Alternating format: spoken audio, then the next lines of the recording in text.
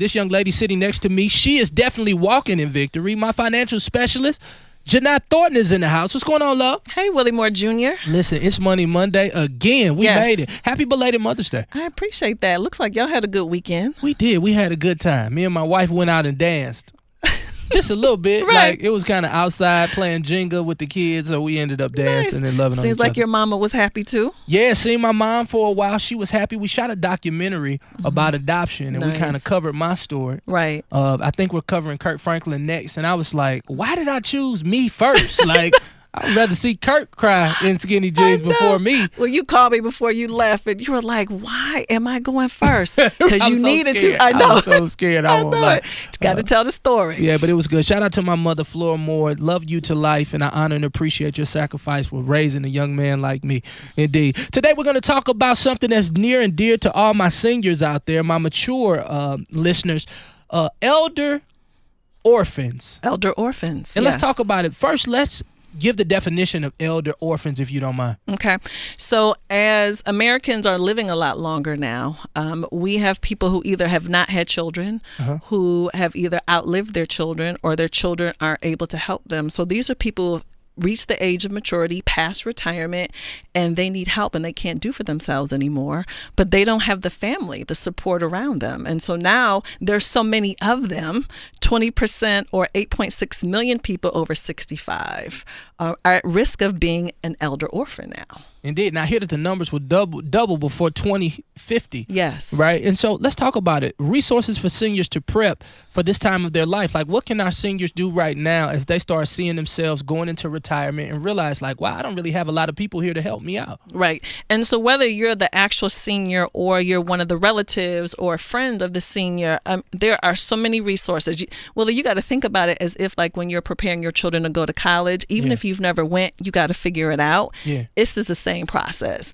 You may not have been here before, but we got to figure it out. First of all, most states have some sort of office of the aging, like in Georgia Division of Aging, North Carolina, the Aging and Adult Services.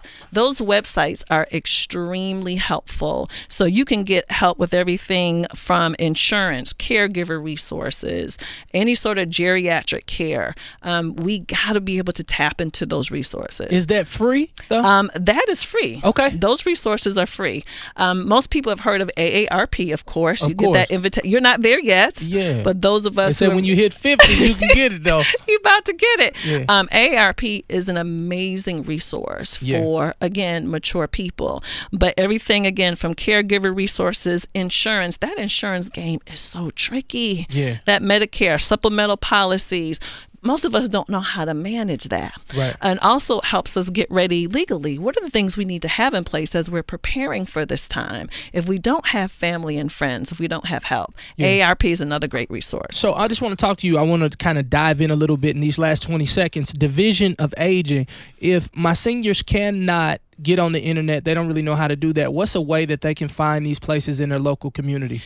They all do exist, and all of the sites actually are going to have phone numbers. Okay. So you got to get somebody. You're going to have to get somebody to get online. So you're going to have it at your state level, but you'll also have it at your local level too. But we've got to tap into those resources because they can point you in the right direction of where you need to go based on where your need is. Indeed. So, Mama, this is what you're doing. You're asking your granddaughter, your daughter, your grandson, your granddaughter, your grandson. You say, listen, go online and find the Division of Aging in our local community. Yep. All right. I was telling Janai Thornton, our financial specialist who's sitting here with me, I said, listen, Janai, it's this guy named Tony, who stays in the neighborhood in St. Louis, Missouri, where my mom and dad are.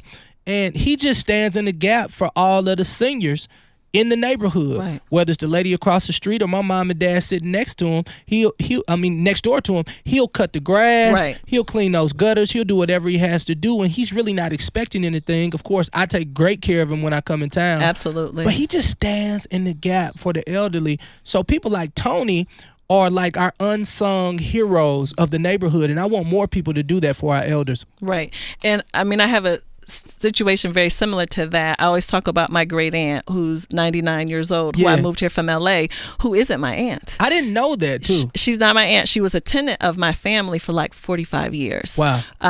Married late, never had any children, who was an only child. And I always promised her after my aunt died that when she needed help, we would take care of her. Well, who knew this lady at 95 would move from LA to Atlanta with us? 95 years old. Moved across country, and 99, she'll be 100 June 23rd. Wow. And honestly, the move saved her life. So at 95, what was that called like? Like, what did she say? Was it like a pulling and twisting of the arm? Because I'm attempting to move my mom and dad down with me, but I just don't know if I can take them out of their natural environment. How easy or hard was it to get her here? You know, it's funny. I think she was actually relieved. Okay. You know, when I called her to say, you know, we're going to make the move, David and I are going to come and pack you up. And she said her caregiver was this woman named Clem. And she said, can I give Clem my Corningware?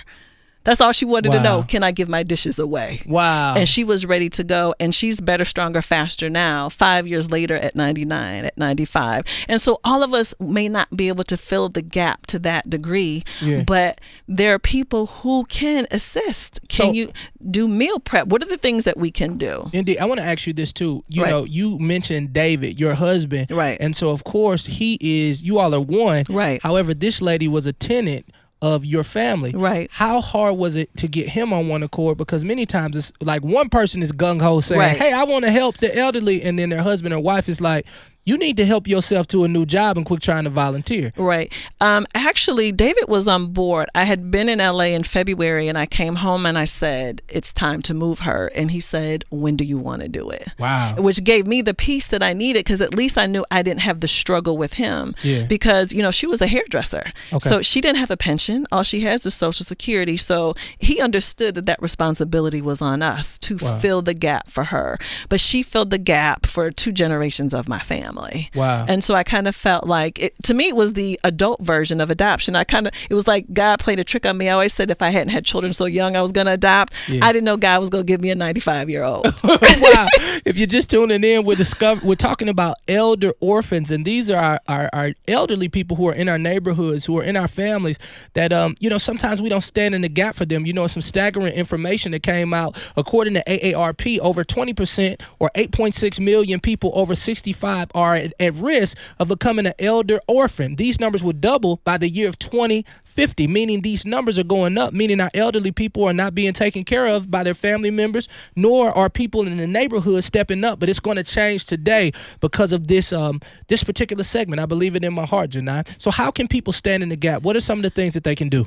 Well, lots of things we can do is, again, make sure legally everything is in order for people. You know how hard it is. We don't know where the paperwork is. Where's all the stuff that people need to have? Make sure that their insurance is fine. That whole Medicare, supplemental, Medicare gap, we need to make sure that they have the proper coverage. Right. And then the resources. We talked about the different offices of the aging, but there are different resources like seniordirectory.com, seniorcare.com, AARP, again, which is phenomenal.